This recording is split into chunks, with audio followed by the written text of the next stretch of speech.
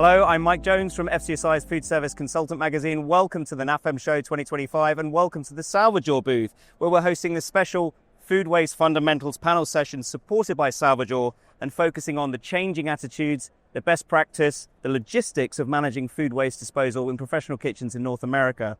To do that, I'm delighted to be joined by two leading FCSI the Americas consultants and Jim Ottmer from Salvajor. So I'll ask the panel to introduce themselves and we can get underway. Doug, let's start with you first, please. I'm Doug Huber. I'm with Foodservice Consultant Studio out of Richmond, Virginia.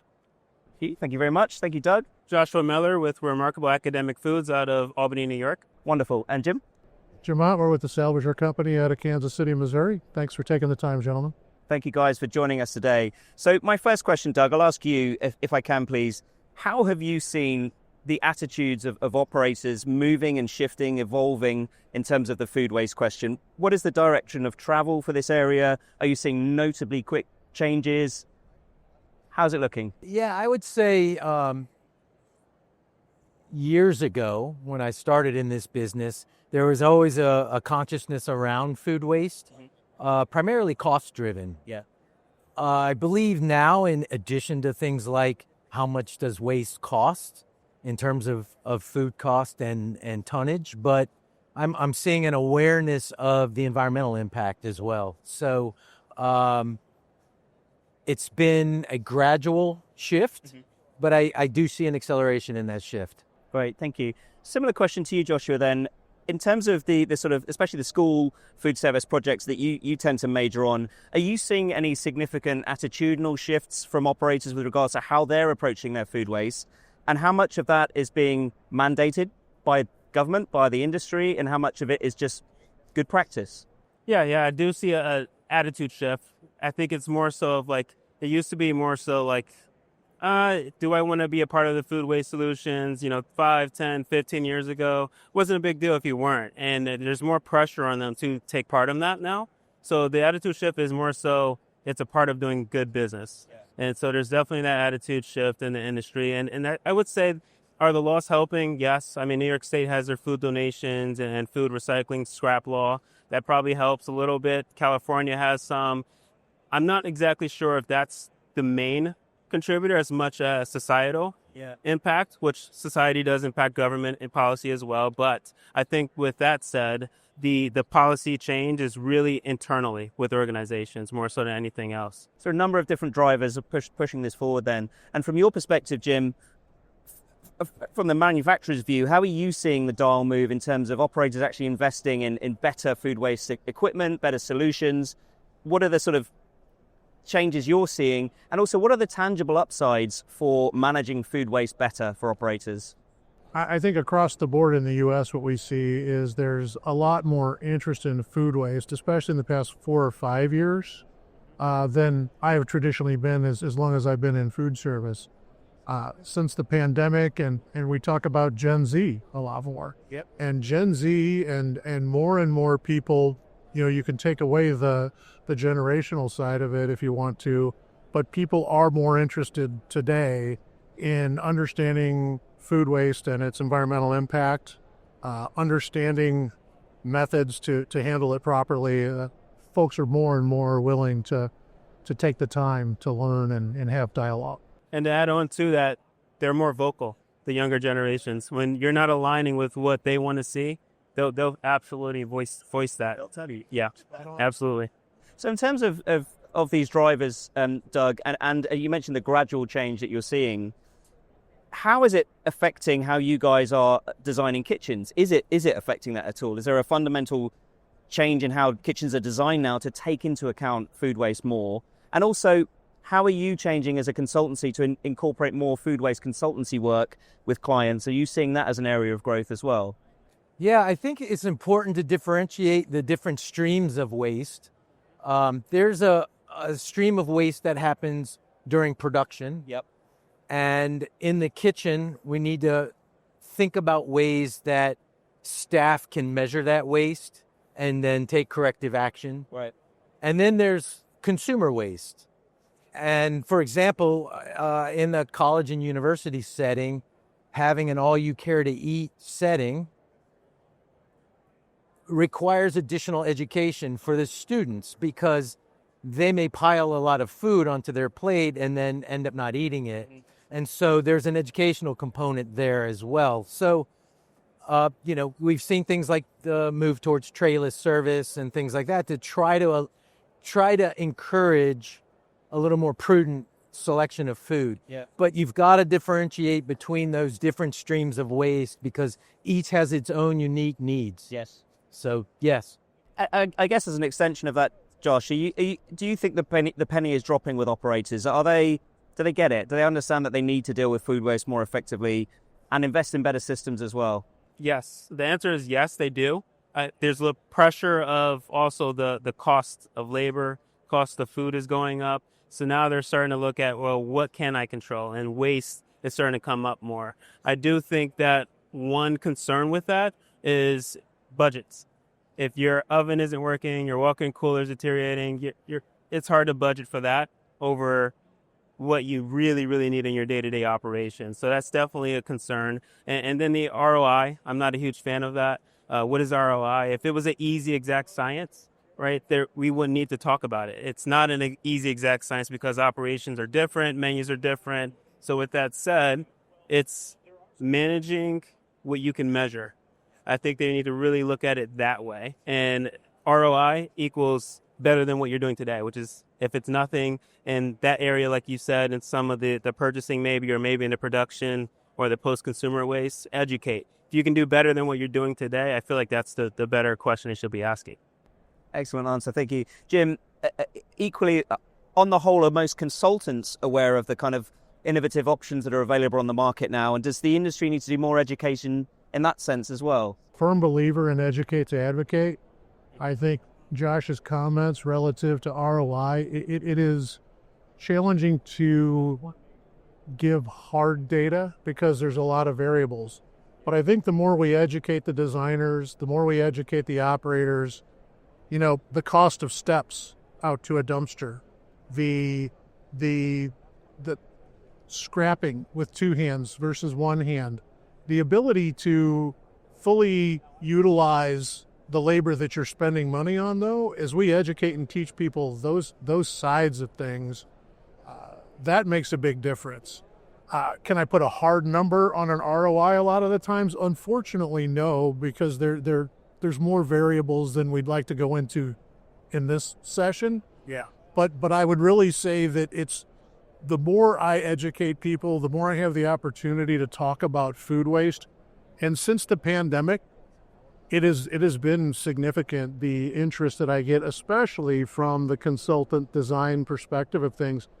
The engagement is much, much higher than it's ever been, and I appreciate that. And I think that's what we have to do, is to show the labor and the operational benefits as well as the sustainable side. I can get meetings all the time to talk about sustainability, and I can put some numbers to that, but when we really start talking about labor and operational dollars or those type of items, we are about as close as you could get, and we get a lot of great answers there. So, and there's a responsibility on the consultant's part to have those discussions during the pre-planning phases and the planning phases.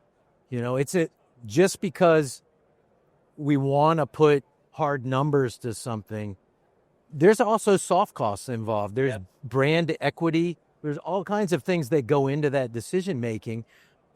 Sometimes owners aren't even aware. Yeah. So it's a symbiotic relationship. Absolutely. And what role would you say, Doug, the consultant has to play in terms of helping to formulate a food waste strategy with a client? What value does a consultant bring in that process? There are a few things. We are the conduit between the manufacturer and the owner. Yeah. But we also sit at the table with the architects, the mechanical, electrical, and plumbing engineers, and speak a little bit of everyone's language so that we can translate what's going on. And so our role is to educate and to guide. And it's okay for owners to make decisions as long as they're informed decisions. Yes. And so we're there to outlay the pros and cons. And to add on to the educational piece for the client is they're a lot of times not able to come to these types of shows or get involved in the industry as much as they want to in terms of education. And so bringing those solutions to the forefront, yes, highlighting the problems might be a piece of it, but there's all kinds of solutions, so many different areas. So it almost leads to lack of decision because they're like, well, what do I choose? There's 10 solutions just for this one problem. I don't know which one is right for me. And so for you, Josh, why does it make good business sense for an operator to improve their food waste efficiency? Why is that a worthwhile investment to be made? Not just because it's mandatory, but because it's good for a business. Yeah, I'm going to start with the word that is going to increasingly become a part of decisions of society and consumers when they have a choice, which is culture. What are your values? That is increasingly playing a part in what organizations or what restaurants that they want to support. So that culture piece is definitely a big piece there. If you really want that consumer to follow you, not just because you have good food, but because you also have good practices that have a higher meaning. So that's definitely one piece. The other piece is the cost. There's two parts to the cost. It's just like a dishwasher. You're paying for the water coming in, and you're paying for the water coming out. And with food waste, you're paying for the food that comes in, and you're paying for the waste of food after it's going through its life cycle in your operation. So between the culture and the costs, I think that's exactly why. Absolutely. Jim, let's address how operators can eliminate food waste, maybe at the prep and purchase level of food as well. What are kind of your thoughts on that? There's a lot of equipment out there to maybe help make product last longer, so you're not adding as much food waste into landfill. That's kind of a key. I think that a lot of the pieces of the purchasing, I see more and more scratch, especially in K through 12, which is that's exciting for me. But the more of that type of behavior and those type of operations that I'm seeing, they're much more efficient. And then you're seeing some, farm to table to farm type operations. You're seeing more composting here in the United States. And that type of stuff is significant. And that kind of goes, Josh, culture. What is the culture? But for us, at the design level, educating and helping people understand that these things are available and that these things are happening is where our FCSI design partners are so good for what we're trying to do to minimize environmental impact and operational costs. Something that's really important at the owner level or the operator level is to have a champion. Yes.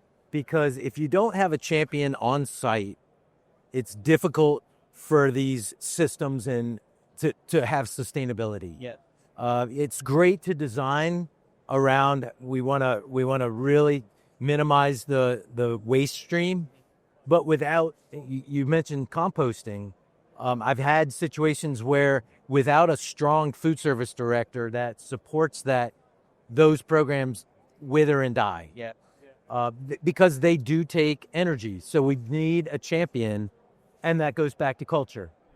It does. It also ties into what Jim was saying about educate to advocate. Once you've got the advocate on board, they're your champion, right? Exactly. Brilliant. And that's been a bigger conversation on the management advisory side, which is we can implement solutions from the outside. Yeah, just, insert this and you'll be fine, whether it's a technology or a piece of equipment, but that's not the case.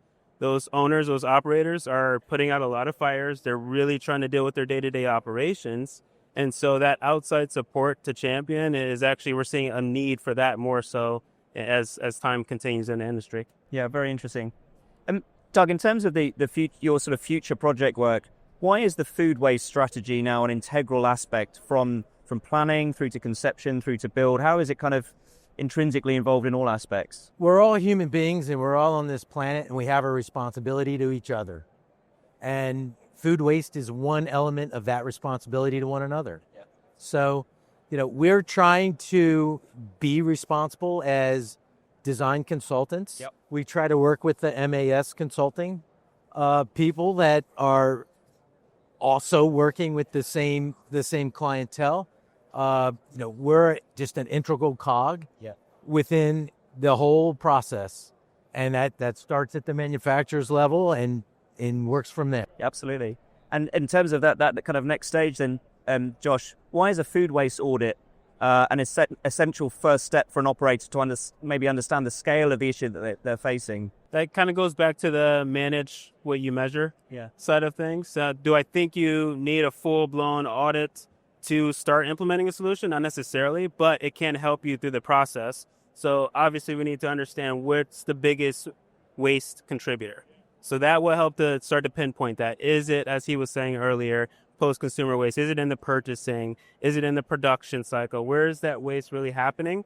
And that can now back up strategic informed decisions, right? So this is why we need to implement this solution. So whether it's tech, whether it's training, whether it's process improvement, whether it's equipment, that's going to help improve that. And that's exactly what decision makers want. They want more data behind it. And that's where an audit can help.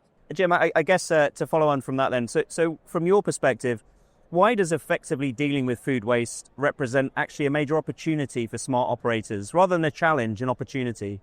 I would say we talked a little bit about culture, but when you talk about environmental impact, it's big. I mean, Department of Energy 2021, it's 35 million tons of food waste that we put into landfill every year in the U.S. That's 2021. So that's a lot of dollars. That's a lot of carting fees. That's a lot of steps. And one of the things that I have seen over the past few years, especially with the labor, but with the awareness, sometimes my product was always an institutional thing or a big project. That's not becoming the norm anymore. More and more people are utilizing some of these advanced systems for water savings, for food waste, minimizing food waste. I think our culture is moving in that way. I remember when I first started this, I didn't always get meetings. Now I have an MAS consultant with us, to kind of talk about these things. And it's important to be at that level and at the schematic design level. So me and the Salvajor folks appreciate what's been happening and the ability to kind of advocate and educate. And if anybody ever needs a food waste audit, I will be your dumpster diver. We believe in giving good, hard data, and it's hard for me to get that opportunity. It's a lot harder than you would think. I offer that up a lot, and I don't always get, opportunities to do that. But especially in the K through 12 level, you really can make a big impact, and there's just a lot there that we can really show people and bring that culture, just let's keep bumping it up a little bit, and we're getting there. And that leads to an opportunity from the marketing side of things for programs. Just because you do it, doesn't matter what it is, how great you're doing with any aspect of your program. If you're not getting the word out, that's what a lot of programs really want, is to market better. Storytelling. Yes, storytelling. It's all about that. A final question from me, gentlemen, if you could all answer this. Jim, if we'll start with you first, please. Let's do a bit of future gazing here. Tell me, what do you think the future looks like for how operators will be dealing with food waste in the future? How are things going to change? How will that culture improve? It's going to improve significantly. It's the challenges, where are we talking about?